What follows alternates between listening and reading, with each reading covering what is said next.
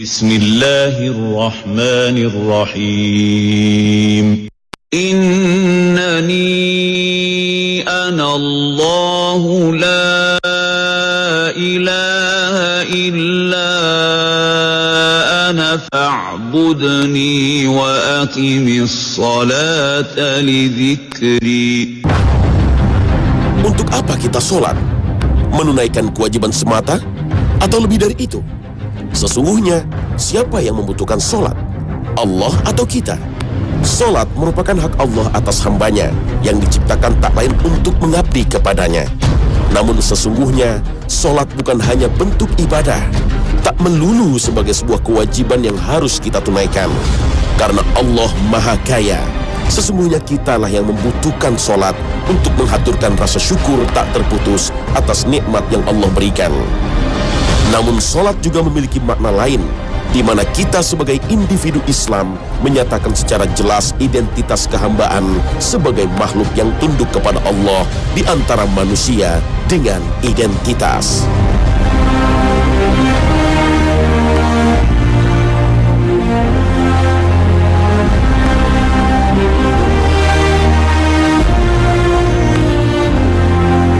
Assalamualaikum warahmatullahi wabarakatuh.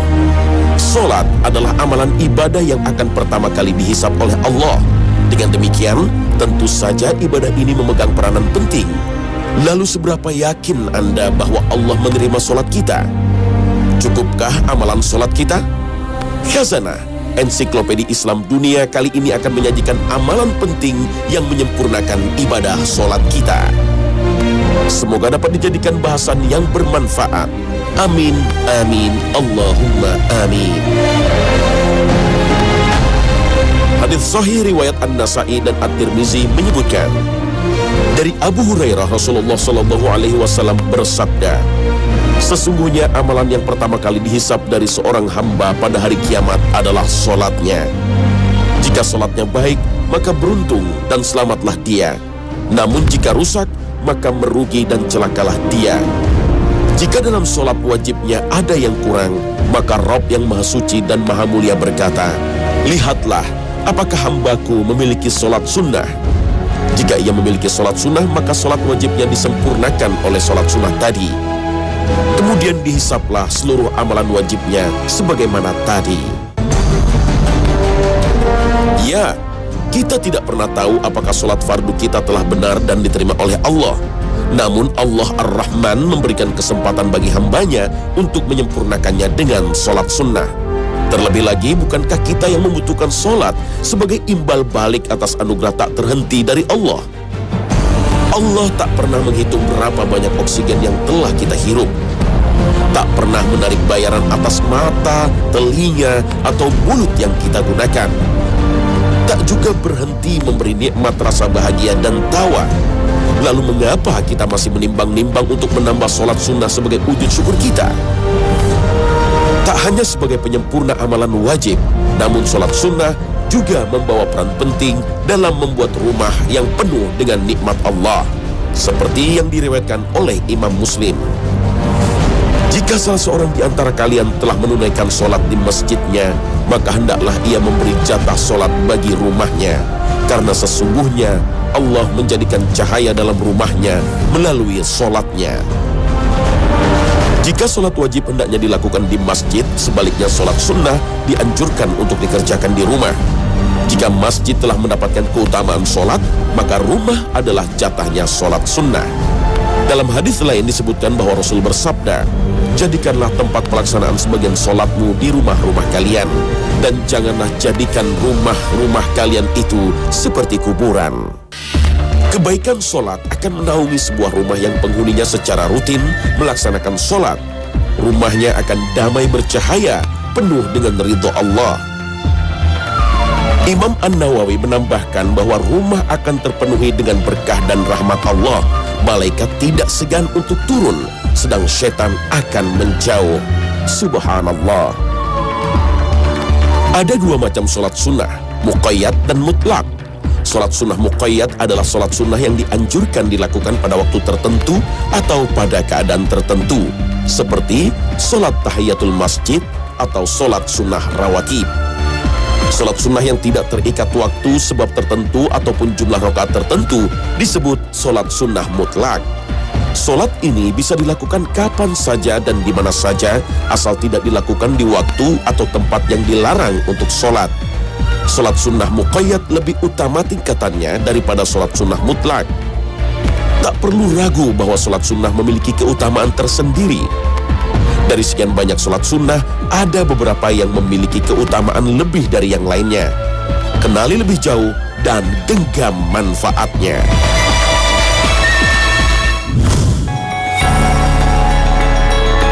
Sesungguhnya orang-orang yang bertakwa itu berada dalam taman-taman surga dan di mata air sambil mengambil apa yang diberikan oleh Rabb mereka.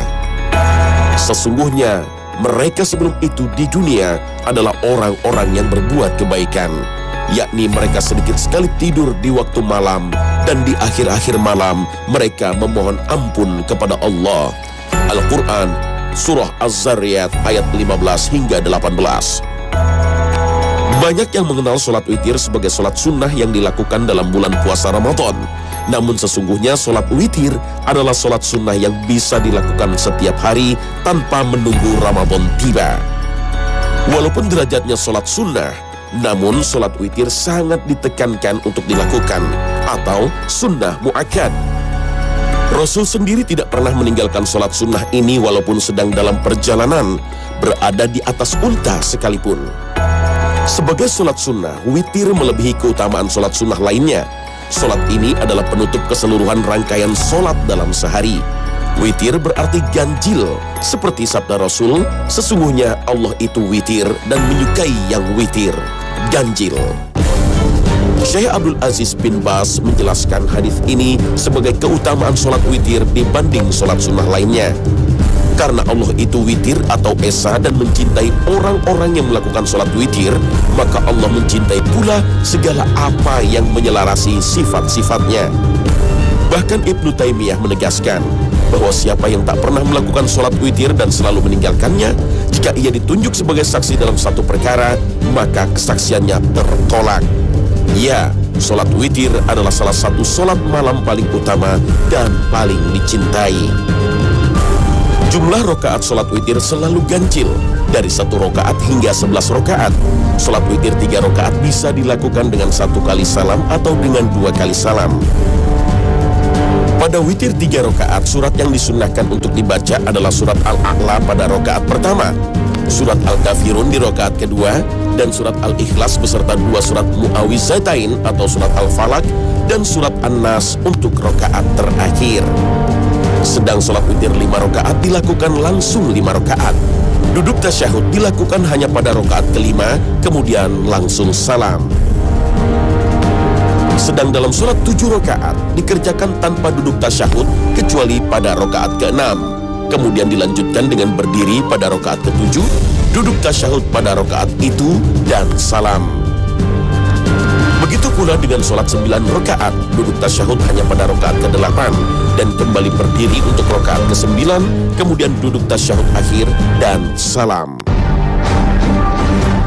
Aisyah radhiyallahu anha mengatakan, kadang-kadang Rasulullah SAW melaksanakan witir di awal malam, pertengahannya dan akhir malam. Sedangkan kebiasaan akhir beliau adalah beliau mengakhirkan witir hingga tiba waktu sahur. Hadis riwayat Muslim. Sepertiga malam terakhir memiliki keutamaan sebagai waktu diijabahnya doa, dan malaikat pun ikut hadir dalam sholat di waktu-waktu ini. Pada sholat witir disunahkan membaca doa kunut sebelum atau sesudah rukuk pada rakaat terakhir, namun tidak melakukannya pun diperkenankan. Selepas sholat witir, Rasul mengajarkan untuk membaca Subhanal Malikil Quddus Rabbil Malaikati Warruh, Maha suci zat yang merajai lagi maha suci, Tuhan para malaikat dan ruh. Utamakan witir dan raihlah keberkahan, insya Allah.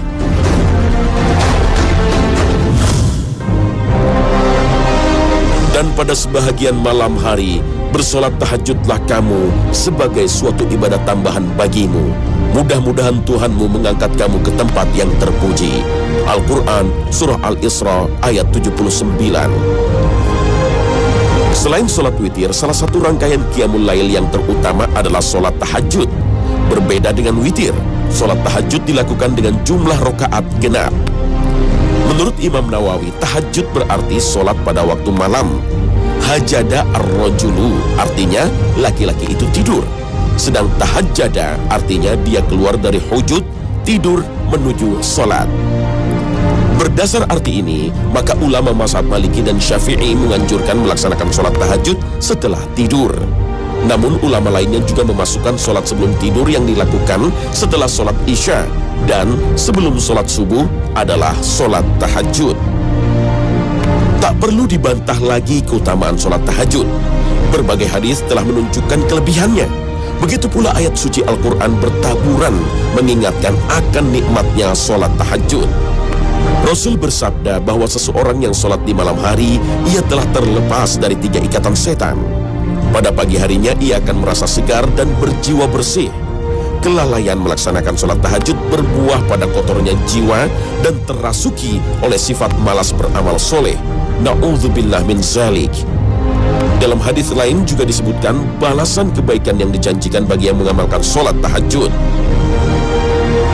Hendaklah kalian melakukan sholat malam, karena ia adalah kebiasaan orang-orang soleh sebelum kalian. Ia sebagai amal takarrub bagi kalian kepada Allah, menjauhkan dosa dan penghapus kesalahan. Hadis riwayat At-Tirmizi. Ketegasan pentingnya sholat malam juga disebut dalam firman Allah surat Al-Insan ayat 26. Dan pada sebagian dari malam, maka sujudlah kepadanya dan bertasbihlah kepadanya pada bagian yang panjang di malam hari.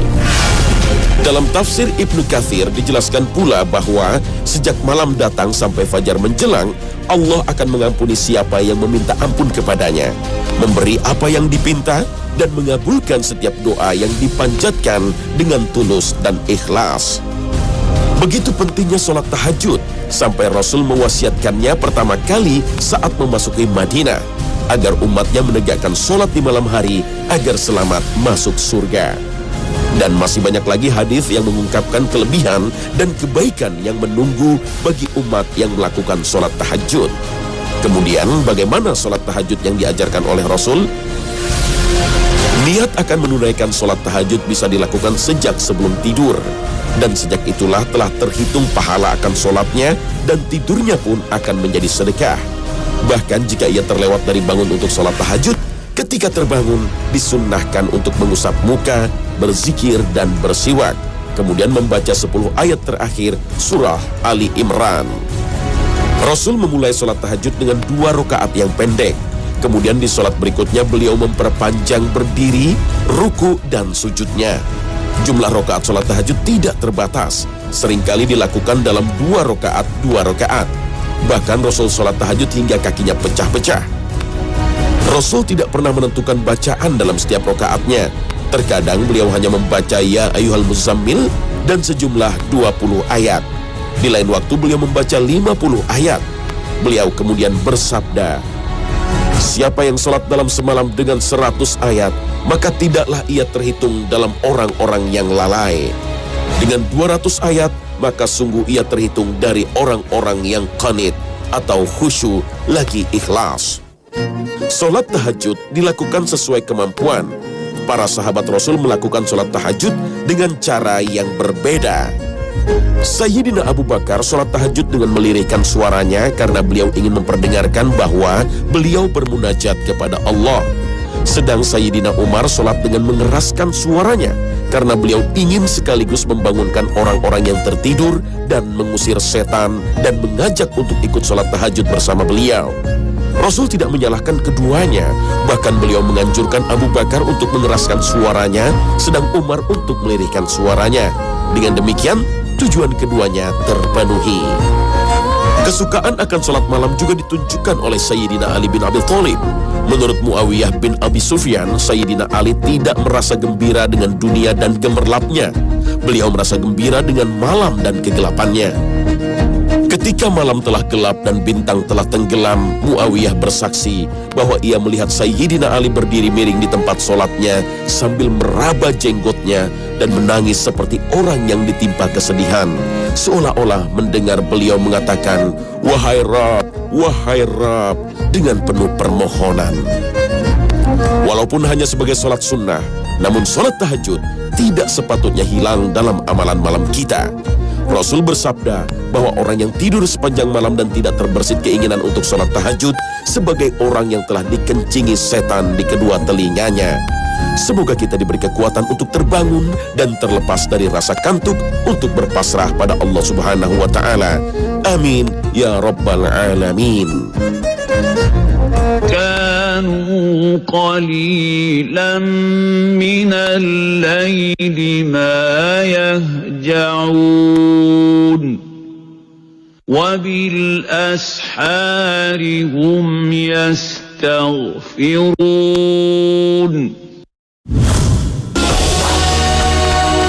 Salat sunnah rawatib adalah salat sunnah yang paling dikenal karena selalu menyertai dan mengiringi salat wajib.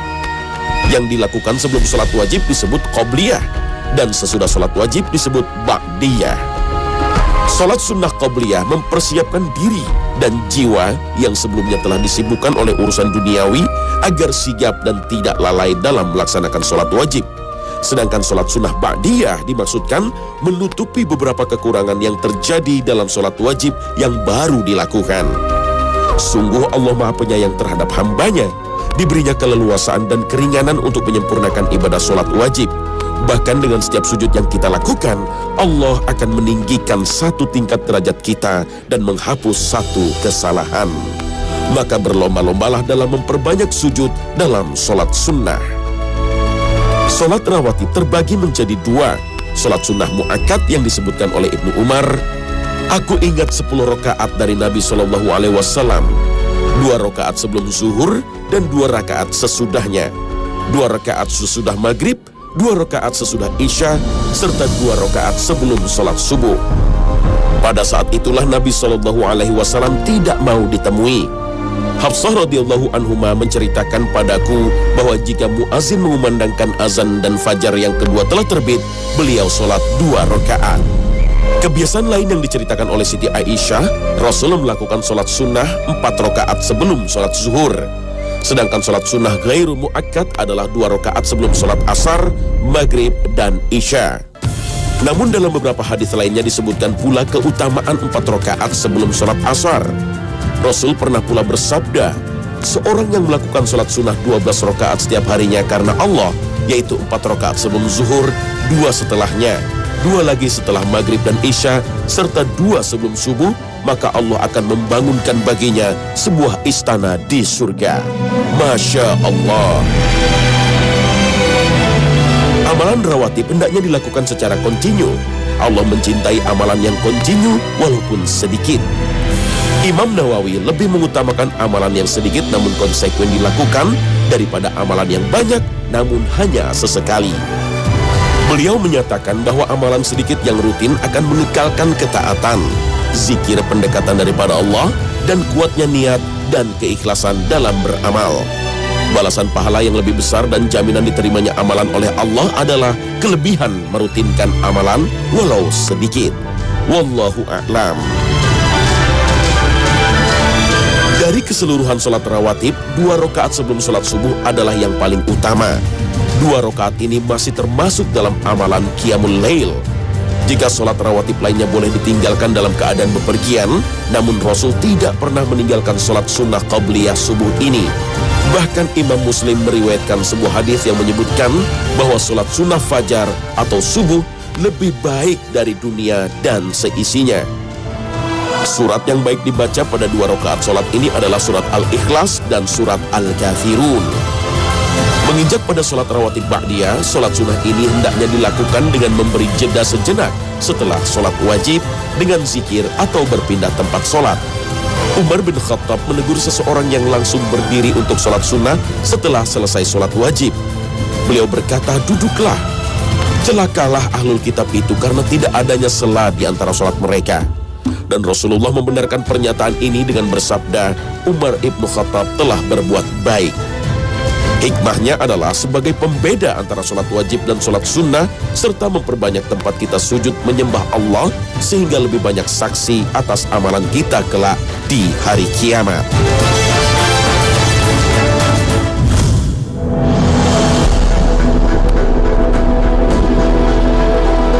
Duha berarti waktu terbitnya matahari atau naiknya matahari.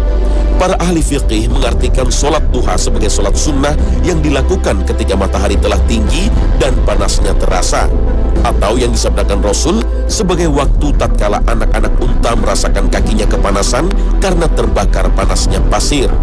Batas waktu pelaksanaan sholat ini adalah sekitar 1/4 jam setelah terbit matahari sampai menjelang zawal atau tergelincirnya matahari sebelum waktu terlarang untuk sholat, dengan jumlah minimal 2 rakaat. Namun tidak ada batasan maksimal, seperti yang diriwayatkan oleh Imam Muslim bahwa Rasul melaksanakan sholat duha dengan 4 rakaat dan menambahnya sesuai kehendak Allah. Tidak ada bacaan surat khusus dalam tiap rakaat sholat duha, jadi surat apapun boleh dibaca setelah surat wajib Al-Fatihah. Apa yang menyebabkan sholat duha ini begitu penting? Rasul bersabda, setiap persendian manusia diwajibkan untuk bersedekah setiap harinya mulai matahari terbit. Menyelesaikan perkara antara 2 orang yang berselisih adalah sedekah. Menolong seseorang naik ke atas kendaraannya atau mengangkat barang-barangnya ke atas kendaraannya adalah sedekah. Berkata yang baik juga termasuk sedekah. Begitu pula setiap langkah berjalan untuk menunaikan sholat adalah sedekah. Serta menyingkirkan suatu rintangan dari jalan adalah sedekah. Hadis riwayat Bukhari dan Muslim. Padahal dalam hadis lain disebutkan bahwa setiap manusia memiliki 360 persendian. Lalu siapakah yang mampu bersedekah sebanyak 360 kali dalam sehari? Maha Pemurah Allah yang memberi hambanya kemudahan dalam memenuhi kewajiban bersedekah dengan hanya menunaikan 2 rakaat sholat duha. Dari Abu Dzar, Nabi SAW bersabda, pada pagi hari diharuskan bagi seluruh persendian di antara kalian untuk bersedekah. Setiap bacaan tasbih subhanallah bisa sebagai sedekah. Setiap bacaan tahmid alhamdulillah bisa sebagai sedekah. Setiap bacaan tahlil la ilaha illallah bisa sebagai sedekah. Dan setiap bacaan takbir Allahu Akbar juga bisa sebagai sedekah. Begitu pula amar ma'ruf, mengajak kepada ketaatan, dan nahi mungkar, melarang dari kemungkaran adalah sedekah. Ini semua bisa dicukupi, diganti dengan melaksanakan sholat duha sebanyak 2 rakaat. Hadis riwayat Muslim. Seorang yang menyempatkan dan menyelesaikan ibadah duha di pagi hari sebagai urusan akhirat, maka Allah akan menjauhkan darinya keburukan yang akan terjadi di siang hari. Dimudahkan baginya urusan-urusan dunia di siang harinya. Ketaatan terlihat pada orang yang mau melaksanakan sholat duha, karena sholat duha adalah sholatnya orang-orang awwabin atau orang yang kembali kepada Allah. Masya Allah. Bahkan seorang Rasul manusia pilihan yang telah dijamin surganya oleh Allah tak membatasi sholat sunnahnya sebagai ucapan syukur. Apalagi kita manusia biasa yang seharusnya memperbanyak sujud dan sholat sunnah untuk meraih ridhonya. Allah berfirman, apakah yang menyebabkan kalian masuk ke dalam neraka sakor? Mereka menjawab, kami dahulu tidak termasuk orang-orang yang mengerjakan sholat. Al-Quran, Surah Al-Mudaththir, ayat 42 hingga 43. Demikian khazanah pagi ini. Semoga kita selalu dijaga dengan banyak-banyaknya sholat kita. Amin, Allahumma amin. Wassalamualaikum warahmatullahi wabarakatuh.